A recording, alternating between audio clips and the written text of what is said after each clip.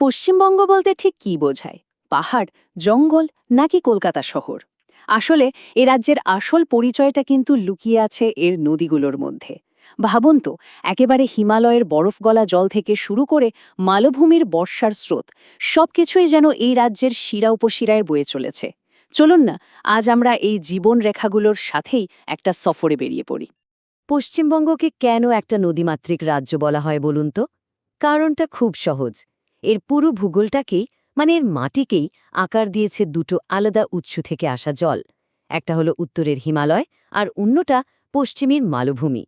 এই নদীগুলোই এখানকার মাটিকে উর্বর করেছে, এখানকার সভ্যতাকে গড়ে তুলেছে আর কোটি কোটি মানুষের জীবনকে নিয়ন্ত্রণ করছে। আমাদের আজকের এই সফরটা হবে ঠিক একটা নদীর স্রোতের মতো। আমরা উত্তর থেকে শুরু করে একেবারে দক্ষিণে গিয়ে থামব।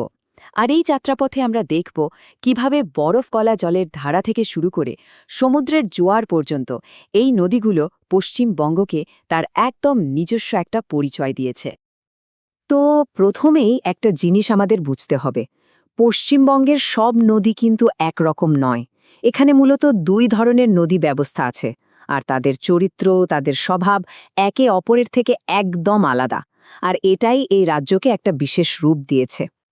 একদিকে ভাবুন হিমালয়ের নদীগুলোর কথা, যারা বরফ গলা জলে পুষ্ট, তাই এদের স্রোত প্রায় সারা বছরই থাকে, এরা কখনো শুকায় না। আর ঠিক তার উল্টো দিকে আছে মালভূমির নদীগুলো। ওরা পুরোপুরি বৃষ্টির জলের ওপর নির্ভর করে চলে, তাই বর্ষা যেই শেষ ওদের তেজও কমে আসে, অনেক সময় তো গ্রীষ্মে শুকিয়েও যায়। চলুন আমাদের যাত্রাটা শুরু করা যাক রাজ্যের একেবারে উত্তর থেকে, পাহাড়ের চূড়া থেকে। এখানেই দেখা মিলবে সেই সব খরস্রোতা শক্তিশালী নদীর যাদের জন্ম হয়েছে বরফ গলা জলে, আর এরাই কিন্তু উত্তরবঙ্গের আসল প্রাণশক্তি। আচ্ছা, এই যে আমরা নিত্যবহ বা পেরেনিয়াল রিভার বলছি, এর মানেটা ঠিক কি? খুব সহজ করে বললে, যে নদীতে সারা বছর জলের স্রোত থাকে সেটাই নিত্যবহ।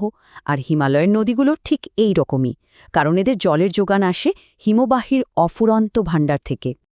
উত্তরবঙ্গের প্রধান ধমনী কারা? তিস্তাকে তো সরাসরি জীবনরেখাই বলা হয়, যা থেকেই এর গুরুত্ব বোঝা যায়। তবে তোর্ষা, জলঢাকা বা রায়ডাকও কিন্তু কম যায় না। আর একটা মজার ব্যাপার হলো, এদের প্রায় প্রত্যেকটাই আন্তর্জাতিক নদী, এদের যাত্রাপথ সীমান্ত পেরিয়ে ভুটান, তিব্বত বা সিকিমের সাথে জুড়ে আছে। উত্তরের এই নদীগুলোর কিন্তু একটা দ্বৈত চরিত্র আছে। একদিকে এদের খরস্রোতা চরিত্রটা জলবিদ্যুৎ তৈরির জন্য একদম আদর্শ, কিন্তু অন্যদিকে এদের এই বিধ্বংসী শক্তি মাঝে মাঝে গতিপথ বদলে ফেলে আর সমতলে ভয়ঙ্কর বন্যার কারণ হয়ে দাঁড়ায়। এবার আসা যাক রাজ্যের প্রধান নদীর কথায়, গঙ্গা।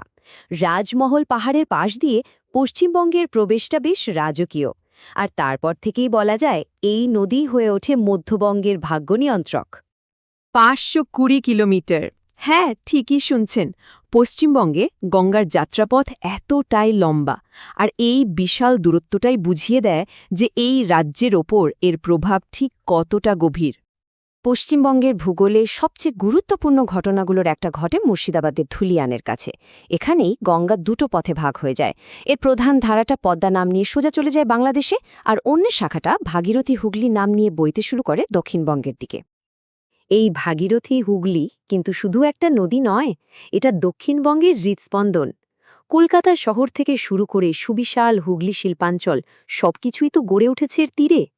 বলা ভালো, এই রাজ্যের অর্থনীতি, সংস্কৃতি আর ইতিহাসের পুরো গল্পটাই যেন এই নদীর স্রোতের সাথে লেখা হয়েছে।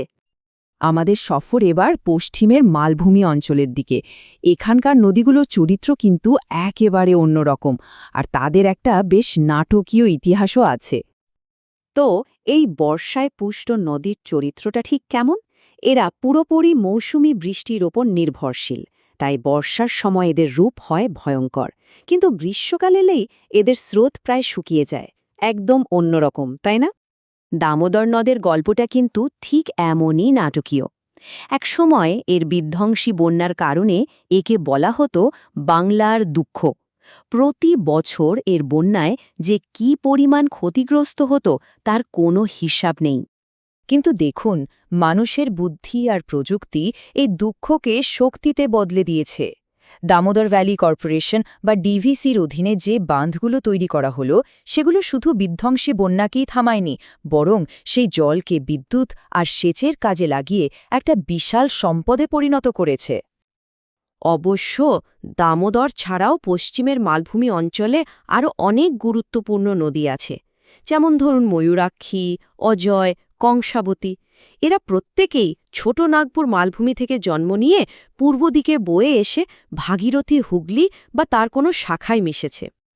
আমাদের যাত্রার একেবারে শেষ পর্যায়ে এবার আমরা চলে এসেছি রাজ্যের দক্ষিণে, যেখানে মিষ্টি জল আর নোনা জলের মিলনে এক অসাধারণ বদ্বীপ অঞ্চল তৈরি হয়েছে। সুন্দরবন মানেই যেন এক জলজ গোলকধাঁধা। এখানকার নদীগুলো চলে সমুদ্রের জোয়ার ভাটার ইশারায়।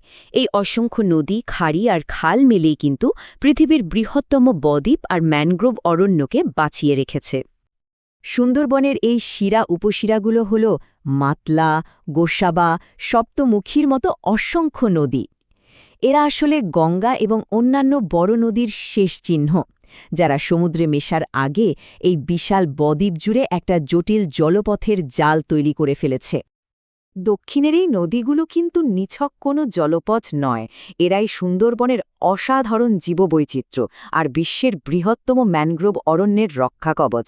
এখানকার পুরো ইকোসিস্টেমটাই এদের অস্তিত্বের ওপর নির্ভর করে আছে। তাহলে হিমালয় থেকে বঙ্গোপসাগর পর্যন্ত এই পুরো যাত্রা শেষে একটা কথাই পরিষ্কার হয়, পশ্চিমবঙ্গের নদীগুলো শুধু জলের ধারা নয়, এরাই এই রাজ্যের আসল জীবনরেখা। এরাই এই মাটিকে জন্ম দিয়েছে, একে পালন করেছে আর এখানকার সভ্যতাকে গড়ে তুলেছে। কিন্তু ভবিষ্যতের দিকে তাকালে একটা বড় প্রশ্ন কিন্তু এসেই যায়। এই যে জলবায়ু বদলাচ্ছে, সমুদ্রের জলস্তর বাড়ছে, এই অত্যাবশ্যক জীবনরেখাগুলোর উপর এর কী প্রভাব পড়বে? এই নদীগুলো কি ভবিষ্যতের চ্যালেঞ্জ মোকাবেলা করতে পারবে? এই প্রশ্নটা আমাদের সকলের ভাবনার জন্য রইল।